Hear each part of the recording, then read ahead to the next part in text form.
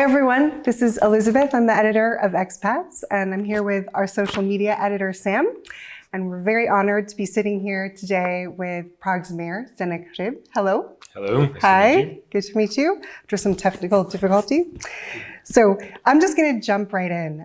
China, Taiwan, Russia, large-scale protests, and now COVID. What have been the greatest challenges of your administration so far and the greatest achievements? Well, definitely one of the biggest challenges was the COVID crisis, of course. And the fact is that I believe we did quite well during this time. We were actually the first European capital who ordered the mandatory face masks. So some later on, the government ordered this for the whole country, and some later on, some other European capitals or even American capitals, I believe, ordered the face masks. So these things are definitely something that we managed well. We also started a rescue program, which is quite unique in Czech Republic, and this is that we provide the somewhat better loans to businesses in Prague who had problems related to the COVID crisis. And we also try to aid the businesses in many other ways. Yeah. Well, we'll definitely get to that. What about some of your greatest achievements, you and your team? What have you achieved so far? Yeah, the problem is that the things I value at most are actually not the ones which are visible in the media. So, well, yes, I am happy that we had started, for example, the construction of the new metro line D. I'm happy that we are doing well with our plan to plant 1 million of new trees in 8 years. These are fine things, but the fact is that I've got an IT background, and I'm also in charge of the IT here in Prague. So the things that I value most are actually not very visible, and they are connected somehow with the IT, and the result will be not visible in a few years, but these are necessary things that had to be done to make the IT more flexible and to provide the public more services. Yeah, absolutely. Well, it's been suggested that sometimes you kind of intentionally stir the pot politically, but I have you quoted here as saying, "We don't do anything with the aim of making enemies. We do things that are important to Prague citizens." What do you think is important to the citizens of Prague, and how can we tell you what is important to us? Well, from my point of view, Prague citizens basically want the very same things as any other citizens of any other European capital, which means they want to live in a clean and healthy environment with an affordable price of housing, and basically they would like to manage the transport from home to work and back in no time. Basically, more or less. So we're working on these things, and we believe that it's important to keep the city hall open, transparent, and communicative and participatory as well. Yeah. So we're trying to communicate with people on various channels like this as well. Of course, yeah. Okay. Well, maybe before we get too far, we could clarify for some of our viewers who are watching internationally and maybe aren't familiar with Czech political parties, that Prague is the only major city in Europe to be led by the Pirate Party, your party. So how would you explain your party to someone who has no idea what a political party run by pirates could possibly be about? Well, I sometimes hear that we are sort of anti-system party, which is not really true, because we are, of course, a part of the system. We participate in the democratic elections, so we're not against the system. We want to upgrade the system to the current times, let's say. We are politically, we are a centristic liberal party, basically. And we put a strong emphasis on transparency and IT. And basically, we would like to upgrade the legislation to be more up to date in a lot of topics like data privacy protection, biotechnology, intellectual property rights, and a lot of other things connected. For example, also the legalization of the cannabis and or for example sex business regulation. These are all the topics who we got in mind, but we still focus also on the very basic needs of the country, and there is a lot of problems like related to the fact there is a lot of people in debt who live basically in a gray economy and so on. Sure. So, and a large part of your platform and the Pirate Party's platform has been focused not only on human rights, but tolerance and diversity. How good of a job do you think the city has done embracing diversity, welcoming foreigners, and integrating foreign communities? Yes.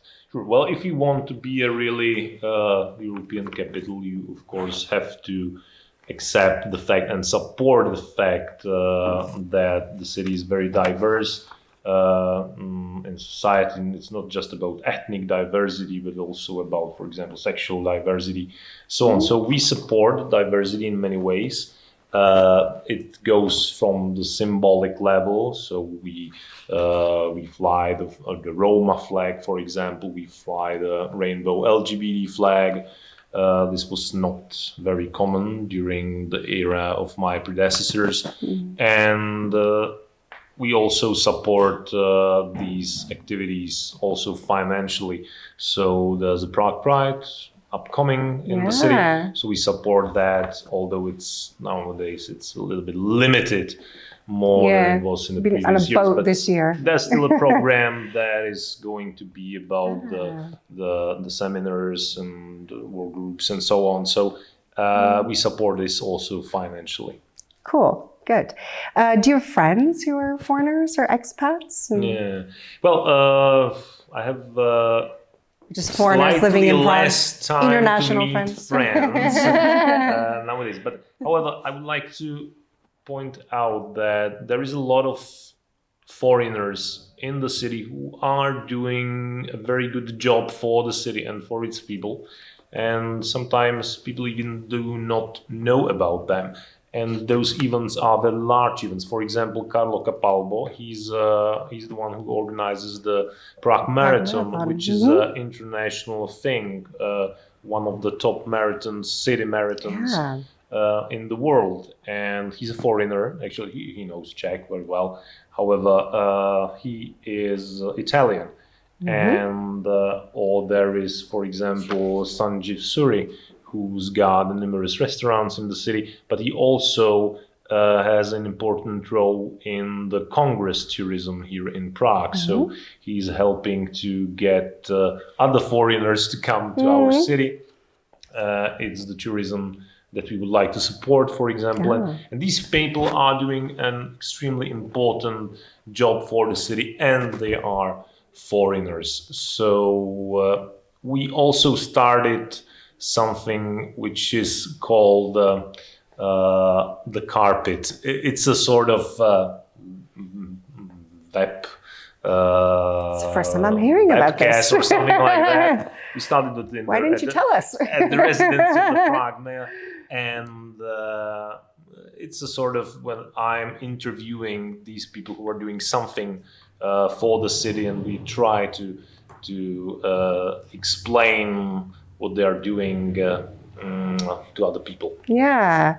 Well, that's great. I actually did not know about that, so I'll have to look into it. Yes. Well, it's a very, very, very, very good for me. Sounds it's cool. sort of a therapy almost for me. Because, I'm all the time being questioned by other people, and that's a time when I, ask questions to other people, and they have to answer me, and that's completely different.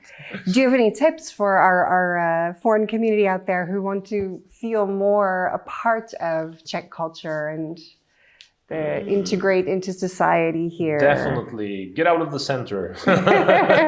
Yeah, there is a lot of things that happen outside of the center. Yeah, there are nice views of the city that you could see only if you leave the center. And there is also things that are that's happening outside of the center. So the first thing is to get out of the center. That's good. I think that's good advice. Speaking of community events, Prague just made big international headlines for hosting a giant dinner party on the Charles Bridge. That was in the center, but okay. Which is in the center. Bad segue. Let's take it back to the center. We were there, and we saw on your Instagram profile that it looked like you were there as well. What did you think of that event? A lot of people were saying, "Oh, it's too soon to celebrate such a thing."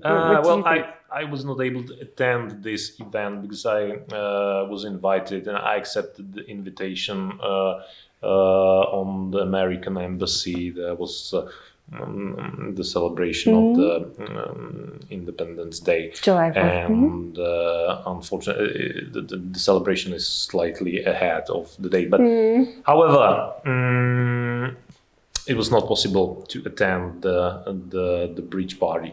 However, we supported this, and it's quite amazing that they were able to put this event together and organize it in such a short time. So yes, that was great, and maybe we will be able to organize something even bigger, because we've got the network of partnership cities as a Prague, and maybe there could be a table on the bridge organized simultaneously in more cities in Europe or over the world.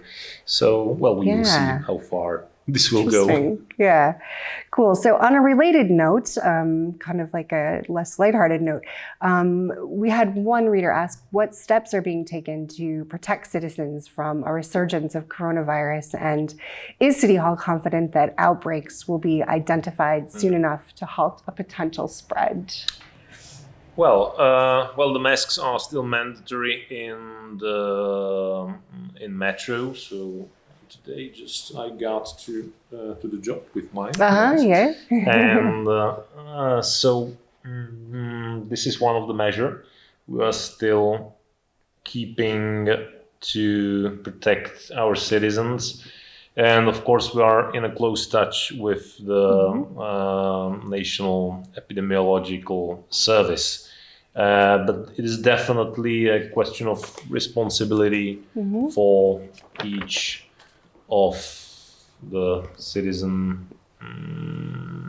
It's simply a matter of personal responsibility.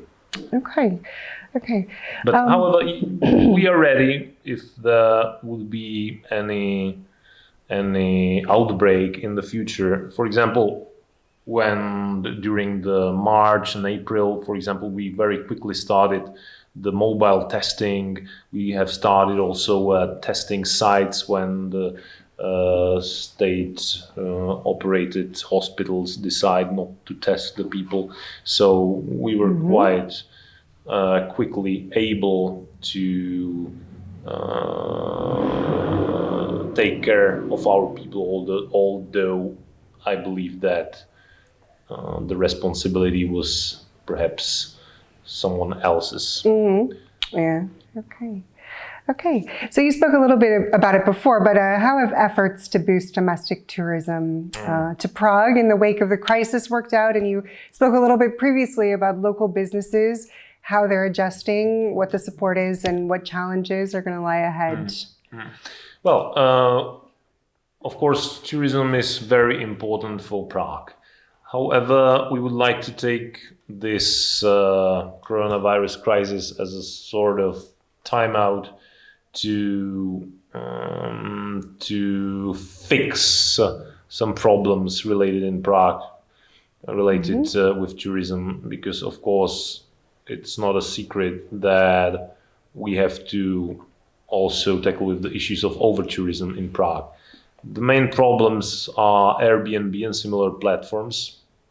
This is a problem because this means that you're not able to limit the number of tourists in any way, and the city is simply not able to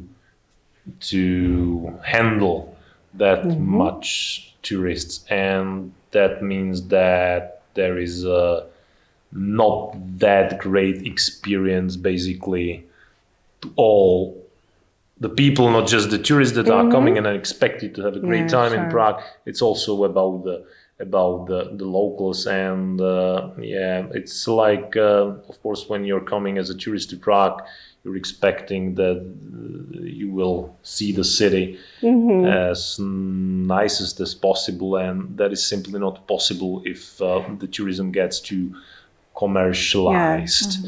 And there is a problem. And Airbnb is one of the problems, and that means maybe, well, I've heard what happened in Barcelona when there were like even signs on the wall, why is it called a tourist season if we cannot shoot them, and these things. And there were even physical attacks on the vehicles with tourists. But I think we are not that far in Prague, but it's definitely a problem that we have to solve. The problem with Airbnb is the one aspect of it. We are somewhat taking some steps. The problem is the national legislation. The city doesn't have enough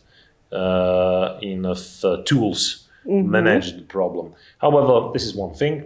And we are trying to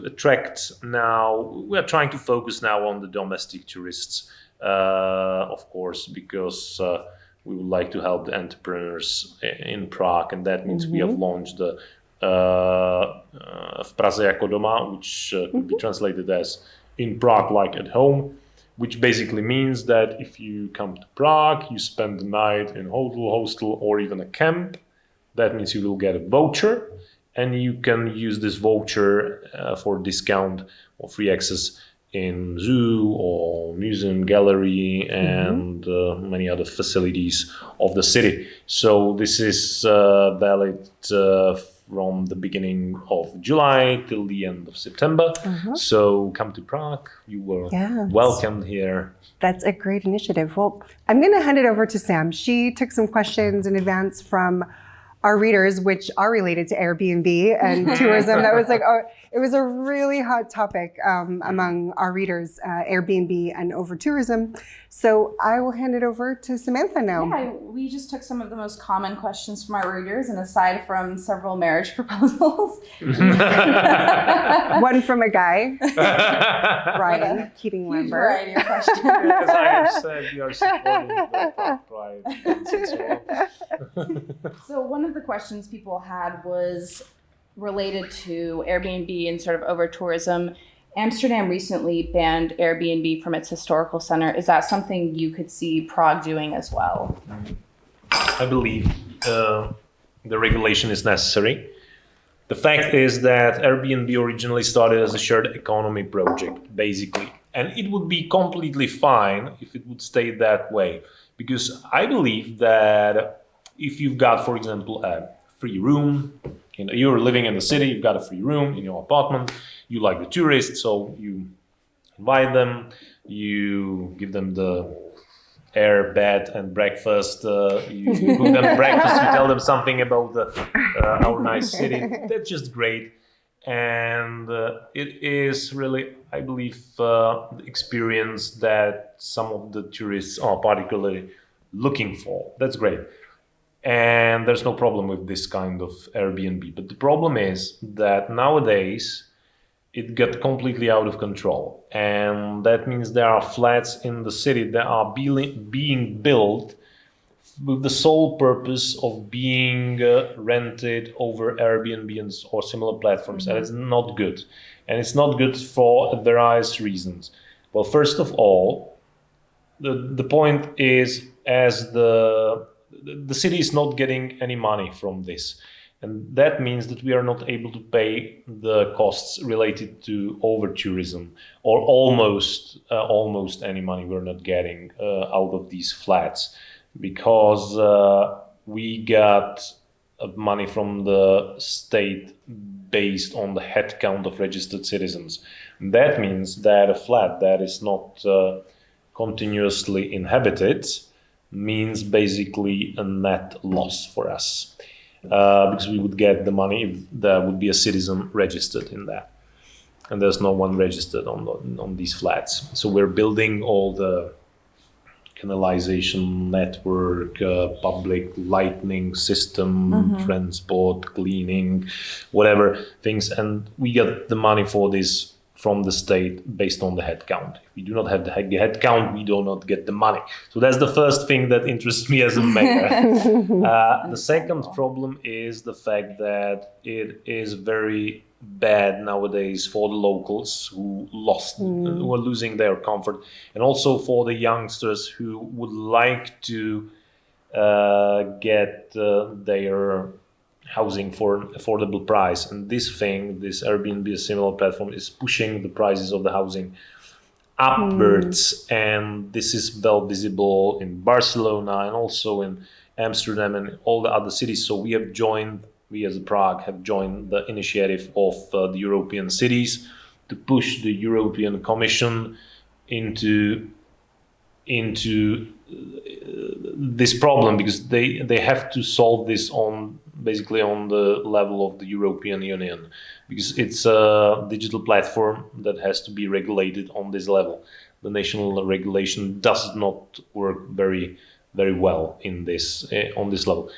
But however, we are trying to push also our national government into the fact that we would like to basically have the tools to limit the number of overnight stays or number of the tourists in those apartments, or to regulate it somehow. Because right now there is absolutely no regulation of Airbnb, and the results are devastating for the city.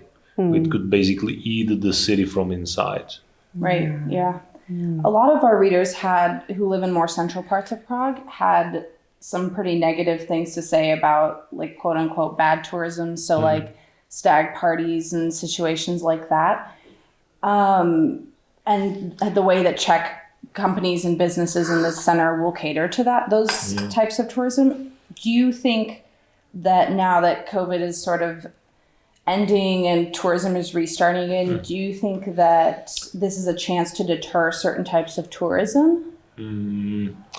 Well, we've got certain problems with the so-called tourist traps, who are, of course, bringing a bad experience of the tourists with our cities. There's maybe not that much of the tourist traps, but if you will not get out of the center, you will for sure meet everyone. I'll interrupt each of them. Where do you what do you recommend? Get out of the center. Where should people go? What are like the best places to kind of see? Well, it depends what you like, but I would definitely suggest you to visit the Prague Zoo. That's one thing. There are many nice walks out of the center, like the gardens in Průhonice, for example. You could definitely, it depends if you look at it as in the center or out of the center, but basically it's out of the touristic center. It's the view from the tower on Žižkov, the Vysílač, broadcasting radio tower, and that's definitely a place that you should visit. And maybe Vyšehrad, it's also a little bit outside of the center. And I'm thinking about more things. Also, there is a lot of very good pubs outside of the center, which are cheaper than the pubs in the center. You could look at their stars on the internet, for example, on Google Maps or whatever. So definitely there are places that are worth visiting outside of the center. Really? Well, the tourist traps. Right. Unfair exchange offices, of course, we know about that. We're trying to do something with that. There's national legislation that allows you to cancel the exchange if you do it in a certain amount of hours. That's one thing. However, we are also canceling them the rent if they are in the city premises.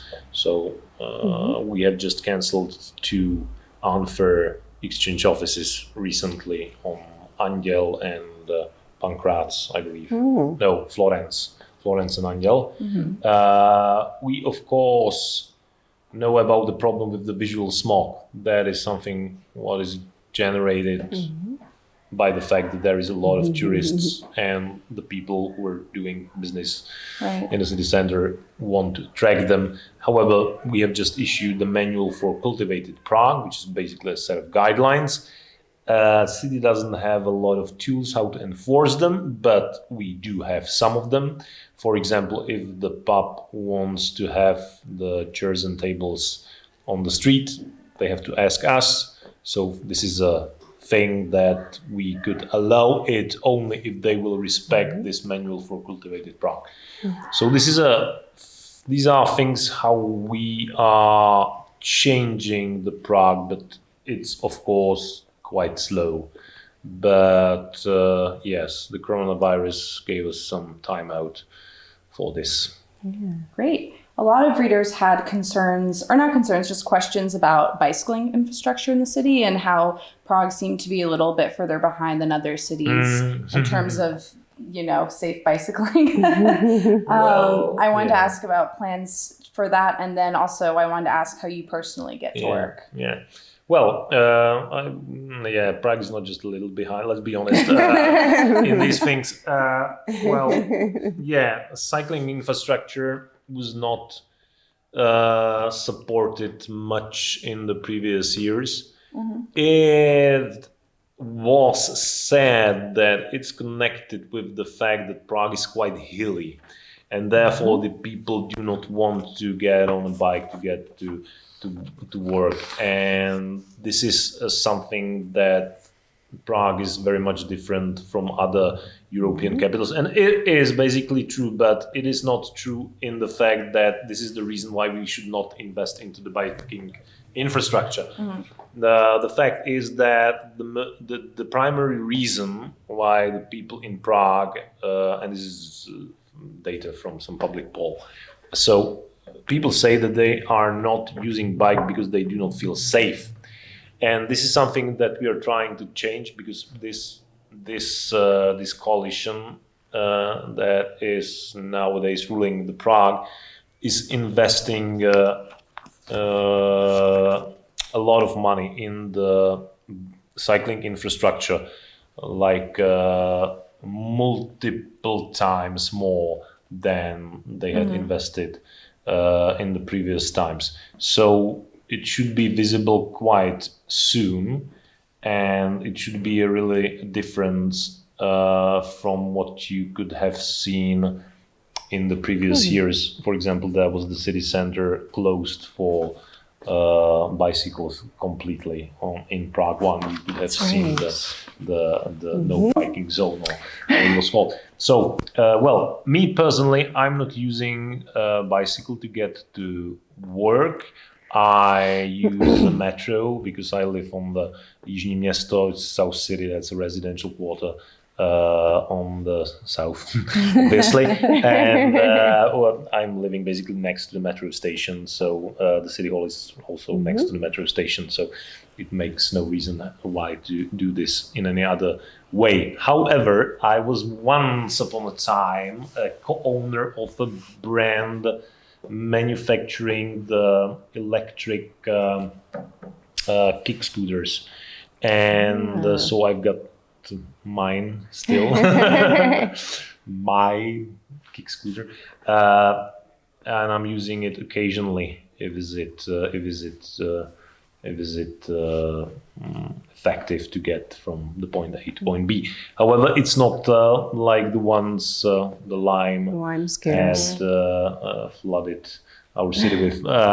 It's the problem of the electric kick scooters with Prague is basically the fact that there is not enough cycling infrastructure, and therefore the people tend to ride on the pavements, which is illegal in Prague. and that makes the locals quite angry, and they also leave the kick scooters on the pavements, and that also Just makes the like locals angry. wherever. So, Yeah. well, my electric scooter has got big wheels, so I can drive on the cobblestones on the streets. So that is a sort of sustainable electric kick scootering in Prague, but that is certainly not possible with this tiny wheels of the Yeah. Lime scooters. That's So yes, I think that there is a lot of potential for the cycling infrastructure, and I believe also that in fact the electric bikes will help also some people with those problems of the hilly Prague. So that is one point where the technology Give helps. them a little boost. Yeah. All right, well, let's take some questions from our Facebook feed, David. Let's see what we got. Oh yeah, how will it be for newcoming students this year?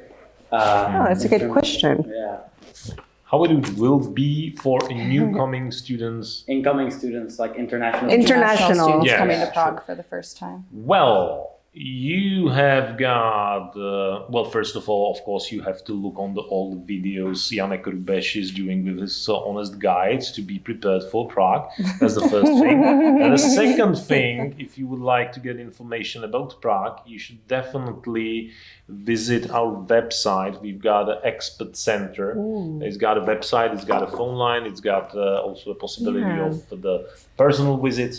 So this is the place where you could ask questions. It's free of charge, and they could help you with your Integrating into it's not integration. It's like how to survive in Prague. transition. Transition. Yeah. I that's it. actually I skipped that question. I forgot to ask. We know about the Expat Center. It opened last year, and has it been a success? Yes. Would you I say? think so. It is a way how we help the foreigners to feel comfortable in our city. We've got also the integration center, but that's a different thing. That is for example, ethnic minorities who are living in Prague, and we would like them to be part of the city, and but that's another thing. The Expert Center is for the foreigners who are basically new to the city. Yeah, it's interesting because it's actually quite controversial. Our readers just debate this a lot because we use the term expat. It's kind of like baked into our brand. A lot of people are very offended by this because they say like we're all immigrants, we're all foreigners, we're all in this together. So it's interesting the language that we use, and I don't know if there's a Czech word for expat.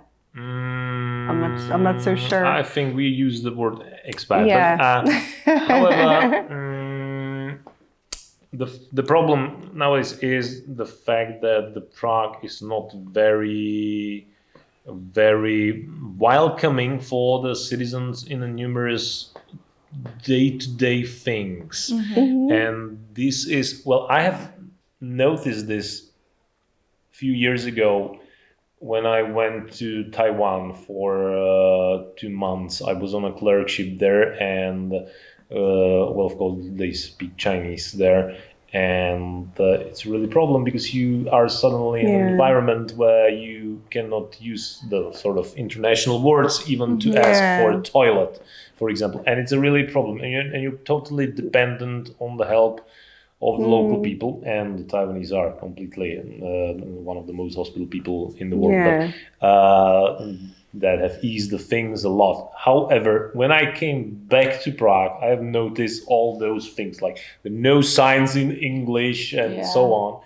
And but this is there is a plan to change this, and my deputy mayor is working on that. However, it will take some time. And I think another thing in my own experience, and a lot of our readers as well, just going into like an office and trying your best to speak Czech And then in return, some administrator is just really mean to you and they're like, no, not approved, get out of here. You don't have the right papers, or it's a harrowing experience for some people. Well, this is something that the Expats Center should help you with, definitely. However, yes. And what are some other There's things? a job to do. This in these Expat areas. Center, are there things that maybe our readers don't know about, services that we don't know about that you could help us with? Language programs for families, for foreign families, extra help with Czech, like things with that. Like, are those services that are available through the Expat Center? Well, I should maybe point out one thing, because as I'm with the IT background, as I have said, so I'm trying my best to actually do it in a way so you will not have to visit any administrator in the office. That would be so you will be a able revelation. to solve everything over the internet, which could be possibly, of course, translated to other languages. So that is one thing. But yes, basically the thing, the Expert Center is ready to help you basically with the most basic information about Prague and living in the city, and they could provide you the advice via phone, email, or the personal appointment. So really feel free to contact them if there is any problem in the city. Of course, if there would be a demand to upgrade the service, we will see what we can do. Okay, shall we take another question? We have a question here from Kevin. He's asking, air pollution and actually noise pollution are true problems. How to improve this in Prague? Well, basically, the question is if he's living in a center, if Kevin is living in a center or not. Of course, the problem of the night noise is in the center connected with the tourists. They are sometimes not foreign tourists, by the way. We have done a recent study in Náplavka and in Dlouhá Street, which are one of the main party areas. They are not really party areas. They are meant to be party areas, but it somehow happened they are party areas. And we have found, in fact, that there is a lot of tourists who are not from Prague, but they are also not foreigners. They are from the central Bohemian regions. They are sort of, not from Prague, but not foreigners. And there is almost the majority of the tourists is actually tourists from the central Bohemia region. And well, that's one thing.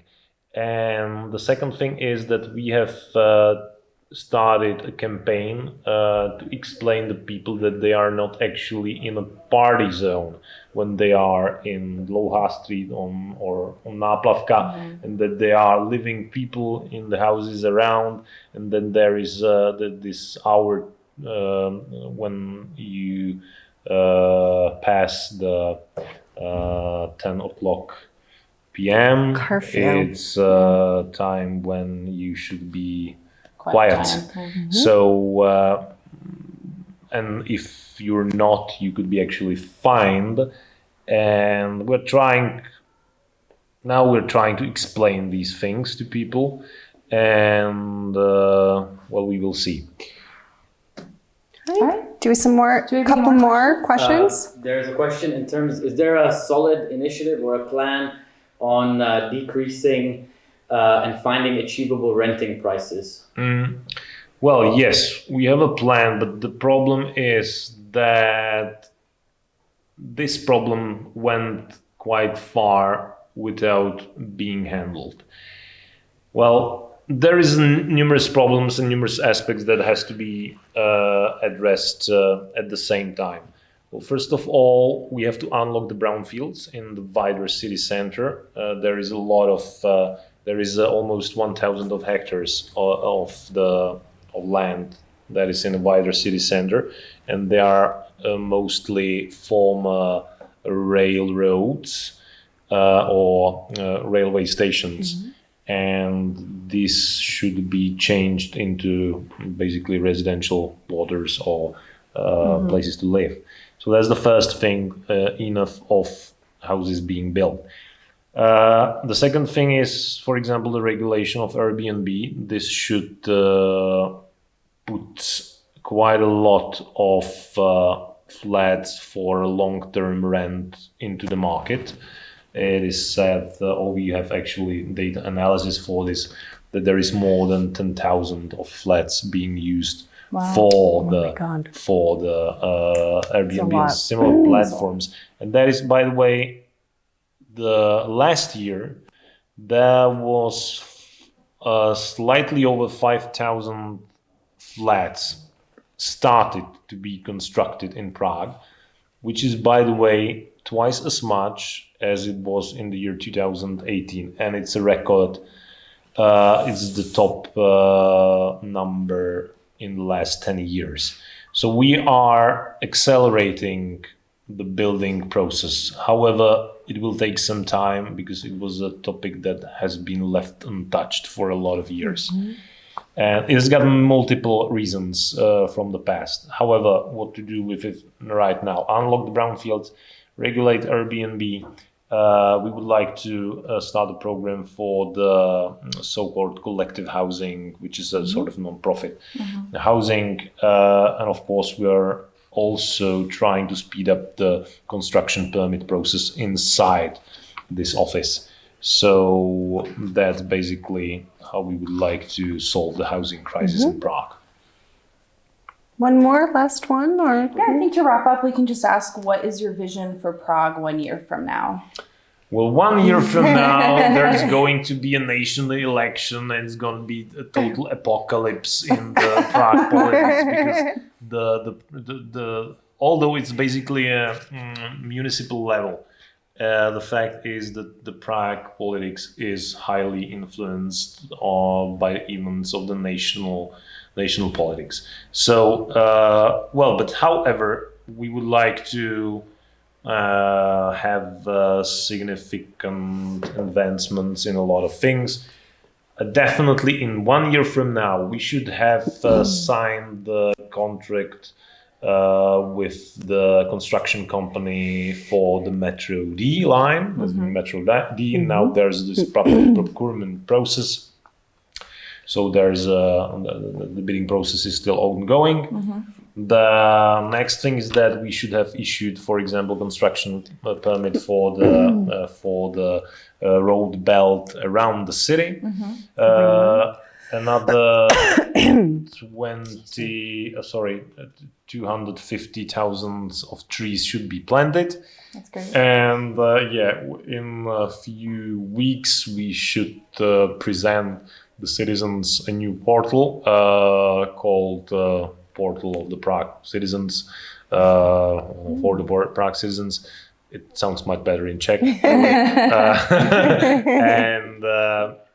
this should be a place where the people should be able to manage their things with the city hall, and we would like to put more and more services in the future there. So basically, and we should unlock at least one brownfield. And I think, I'm not sure which one will be, but at least one of them. Great. Wonderful. Well, any more No, gets? That's it. Okay. Great. Well, thank you. Thank you so much for taking the time to be with us today. And thank you guys for being with us. Thanks. Thank you and bye. Bye. Oh.